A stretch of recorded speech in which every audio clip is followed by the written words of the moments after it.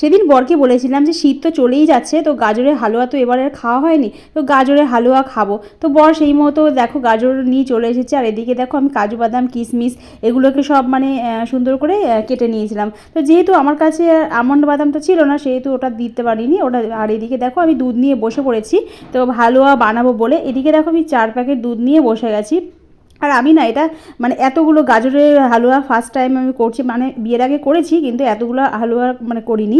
তো এখানে দেখো 2 কিলো গাজর নিয়ে এসেছে আমার বর, তো একসাথেই আমি সবগুলো করে ফেলেছিলাম জানো তো। তো আমি ভাবলাম ফ্রিজে রাখলে বেকার সেই শুকিয়ে টুকিয়ে যাবে, একবারে বানিয়ে ফেলি, তাতে কী হবে, তাতে আমি ফ্রিজে রেখে রেখে অনেকদিন খেতে পারবো। তো এদিকে দেখো 2 কিলো গাজর নিয়ে বসে পড়েছি গ্রেট করবো বলে। তো এদিকে আমি এটা আমি অনেকটা পুরোটাই মোটামুটি গ্রেট করেছিলাম, আর লাস্টের দিকে দুটো আমি রেখে দিয়েছিলাম বরের জন্য।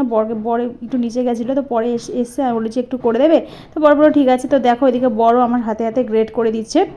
আর এদিকে দেখো সন্ধ্যেবেলা কফিটাও বানিয়ে নিয়েছিলাম, যে আমরা দুজন মিলে এদিকে মানে গ্রেট করতে করতে হাঁপিয়ে গেছিলাম। তো এদিকে থেকে দেখো দুধটা জাল দিয়ে দিয়েছি, আর দুধটা জাল দিয়ে আর এদিকে আমরা কফিটাকে বানিয়ে নিয়ে বসে পড়েছি দুজন মিলে। এবারে কফিটাকে খেতে শুরু করে দিয়েছি। তো কফি টফি খেয়ে আমরা এবারে বানাতে চলে গেছিলাম গাজরের হালুয়াতে। এদিকে দেখো আমি দেশি ঘি নিয়ে নিয়েছি, আর এদিকে কড়াতে বসিয়ে দিয়ে কড়াটা চাপিয়ে দিয়েছি জানো তো। তো কড়াটা চাপিয়ে দিয়ে এবারে আমি আস্তে আস্তে সব মানে প্রস্তুতি নিচ্ছিলাম গাজরের হালুয়া বানানোর জন্য। তো এখানে না কোনো রকম আমি রিফাইন তেল ইউজ করিনি, অনেকটাই ঘি দিয়েছি বেশি করে।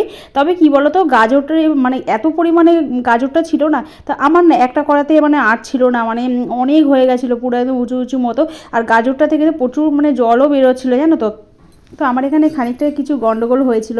তো এটা দেখো এদিকে কতটা হয়েছে দেখতে পাচ্ছ, এটা বড় একটা টিফিন কাটি, এটা পুরো একদম ভর্তি হয়ে গেছে, প্লাস পাশে আরেকটা বড় একটা গামলা। তো এতটা হয়েছে, তো এদিকে এতগুলো ভাজাও তো মুশকিল আমার পক্ষে, এইটুকুনি কড়াটা ছোটো। তো আমার একটা ননস্টিকের কড়া আছে, তো ওটা না বড় খেতে চায় না, বলে ওটা একটু আমার দোষ আছে, এই খুন্তি দিয়ে আমি যেহেতু স্টিলের খুন্তি দিয়ে ওটাকে নাড়ি, তো ওটা একটু হালকা মতো একটু নিচের দিকে স্ক্র্যাচ হয়ে গেছে। তো বলেছে এগুলোতে খাবো না, ওগুলো ওরমভাবে খাওয়া ভালো না। তাও আমি লুকিয়ে লুকিয়ে কখনো কখনো করি, মানে ঠেকায় পড়লে কোনো কিছু সেদ্ধ করা চাউমিন টাউমিন এগুলো করি। তো একটা বড় কড়া কিনতে হবে, আর একটা কড়া আছে বিশাল বড় জানো তো, মানে ওটা মানে 3 কিলো 4 কিলো মাংস হবে, রান্না করতে পারবে, 5 কিলো তো মানে ধরবে, এত বড় কড়া। তো এইটুকুনের জন্য অত বড় বার করতে ইচ্ছা করে, তাই জন্য আমি কষ্ট কষ্ট করে যেভাবেই হোক আমি অল্প অল্প করে দিয়ে দিয়ে আমি এদিকে করছিলাম। তো এদিকে দেখো গাজরটাকে ভেজে নিয়েছিলাম, আর গাজরটা থেকে না অনেক জল বেরোচ্ছিলো। আর এদিকে দেখো দুধটা আমি জাল দিয়ে দিয়েছি, আর দেখেছো প্রথমে দিতে গাদাখানেক শুধু জলই বেরোচ্ছে।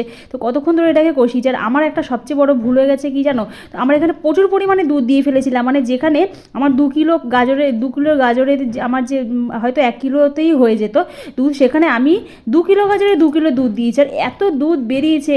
আর এই গাজরে তো প্রথমত জল আছে, প্লাস এইখানে দুধ, এত দুধ হয়ে পুরো একদম জলের মতো হয়ে গেছে পুরো, মানে শুকাচ্ছেই না। আমি যতই ফোটাচ্ছি দেখি সেটা মানে পাতলাই হয়ে আছে। ওটা গাজরের হালুয়া তো একটুখানি ঘন ঘন হয়, আর ওর মধ্যে না একটু খোয়া ক্ষীরও দিতে হয়। তো আমার কাছে খোয়া ক্ষীর ছিল না, আর আনানোও হয় না, থাকে এমনি জাস্ট মানে দুধ দিয়েই করবো নর্মালি। কিন্তু দুধটাকে ভালো করে ফুটিয়ে দিয়ে বা অল্প হাফ দুধ দিলেই হয়ে যেত, সেখানে আমি মানে ভাবতে পারছো 2 কিলো গাজরে আমি 2 কিলোই মানে দুধ দিয়েছি, যেখানে 1 কিলো হলে হয়ে যেত।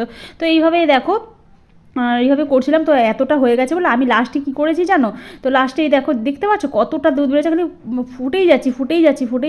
আর এদিকে দেখো আরেকটাতে তুলে নিয়েছিলাম, একটাতে তো একটা হাঁড়িতে ধরছিল না বলে আর একটা বাটির মধ্যে আমি ওটাকে মানে ট্রান্সফার করে দুটোতে বসিয়ে শুধু ফুটিয়েই যাচ্ছি, যত ফোটাচ্ছি দেখি জল বেরিয়ে যাচ্ছে।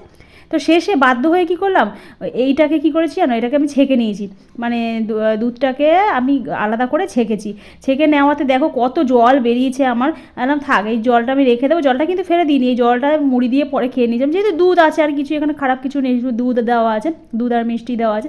এদিকে দেখো কত সুন্দর কালারটা বেরিয়েছে না, পুরো কেশরের রঙের মধ্যে দুধ আর হলো গাজরের কালারটা বেরিয়েছে। তো এটাকে রাত্রেবেলা মুড়ি দিয়ে এই দুধটা খেয়ে নিয়েছিলাম আমরা দুজনে। আর এদিকে তারপরে দেখো জলটা কমিয়ে নিয়ে লাস্টে একটু বেশি করে চিনি দিয়ে দিয়েছিলাম, দিয়ে তারপরে যেন আমার কি হয়। তো রবি হয়েছিল। তো নেক্সট টাইম দেখো যখন বানাবো এতটা দুধ দেবো না। তো এটা হলো একটা শিক্ষা, আমার মানে শিক্ষাটা রয়ে যাবে। তো এদিকে দেখো মোটামুটি এটা ফাইনাল লুক। আজকে সকালবেলা আবার কি করেছি, এটাকে আবার একটু জাল দিয়ে একদম সুন্দর একটা লুকে নিয়েছিলাম। এটা তাও অনেকটা কমে গেছে, দেখতে পাচ্ছ দুধটা একদম অনেকটাই কমে গেছে, মোটামুটি ঠিক আছে, ভালোই আছে। তবে সকালবেলার লুকটা তোমাকে দেখাচ্ছি। সকালবেলা একদম ফাইনালি আবার জাল ফাল দিয়ে নিয়েছিলাম। এদিকে দেখো রাত্রেবেলা তো এদিকে সব কিছু গ্যাস ফ্যাস পরিষ্কার করে নিয়েছি। যখন তো হচ্ছিলো চারিদিকে নোংরা ফোংরা হয়েছিল, মানে দুধ ফুট ছিটকে চারিদিকে কী অবস্থা হচ্ছিলো, তো কিচেন পরিষ্কার করে নিয়েছি। রাত্রেবেলা সব কিছু ধুয়ে মুছে রাখতে বেশ ভালোই লাগে, নাহলে ঠিক ভাল লাগে না, শুতে আমার ঘুমটাও হবে না। আমি রাত্রেবেলা বাসন ফাসন জমিয়ে রাখি না, একবারে সব মেজে মুজে পরিষ্কার করে নিয়ে। এইটা দেখো, এটা হলো আজকে সকালবেলার এই গাজরের হালুয়ার লুকটা। এটাকে সকালবেলা আরও সুন্দর করে জাল দিয়েছিলাম, তো দিয়ে দেখো কত সুন্দর এবার পুরো পারফেক্ট হয়েছে, আর এবারে খেতেও বেশ ভালো লাগছিলো। তো দেখো আমার ফাইনাল লুক গাজরের হালুয়ার।